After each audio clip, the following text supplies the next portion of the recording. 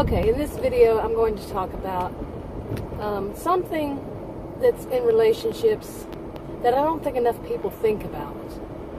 And I remember when I heard it many, many years ago while I was a student at university. And it did make me think, well, yeah, that makes a lot of sense. But it wasn't something like, it was something that, who talks about it? Who talked about it back then? It was years ago. And I don't hear it today. I don't hear this kind of thing.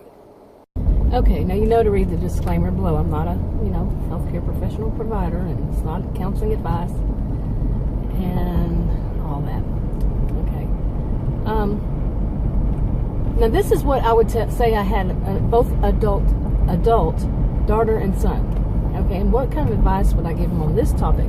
And this one is about when you go somewhere with your romantic partner.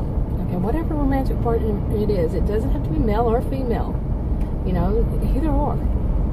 And you choose, and you earn more than the other person. Okay. Now you have two people. Let's say male and female is, and the male earns more than the female, which we know is statistically.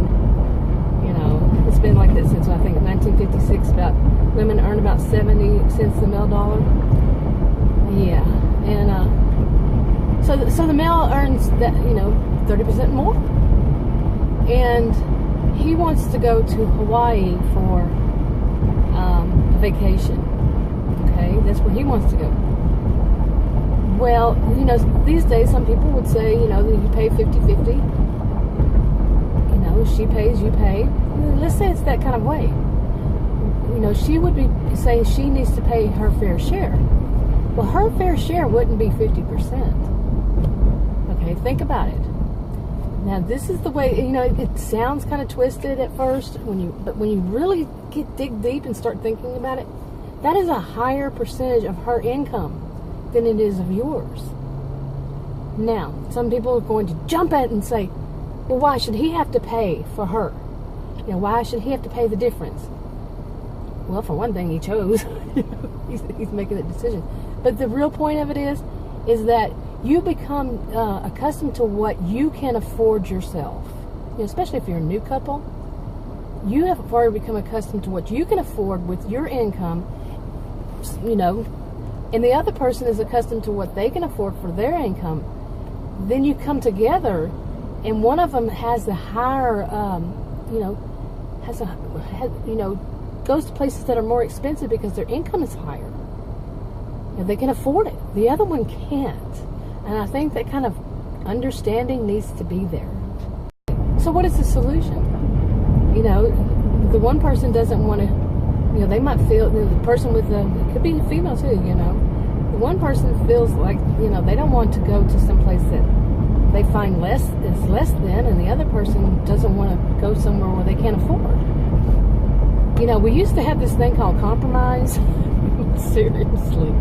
That's something that feels like, it seems like something that I haven't heard in a long time. Anybody talk about compromising, and there's also cooperation. But compromise with one another. Work it out. Realize that there is this difference. That's important to just the realization. This is my view. Remember, I'm talking about adult son and daughter. But realize there is a difference. And expecting the other person to pay 50% at a place that they can't afford as well as you, that's not a good thing. Okay, and honestly, I think this is one of the major problems in relationships. We know money is way up there, if it's not number one. But yeah, that of, one wanting more, wanting better, used to it, it's really not something you should blame either side for, because you become accustomed to what you can afford, on either side. So you can't blame the other side, but really think about it. Think about what you're saying to that other person before you say it. Especially if you're the one who has more money, the other one can only afford, say a chain hotel or something like that, and you can afford much more expensive hotel.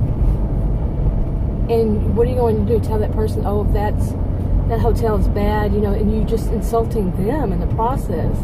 You know, when you say only, you know, people like this will go there. Some people do that. They're not thinking before they speak. You know, they're just, and they really do feel that way. That's what's bad, yeah. Okay, now how many of you who are dating, you know, these days, how many of you just went, wow, yeah, I've done that. No, I didn't think of it that way. And wow, I should have. How many of you have done that just now?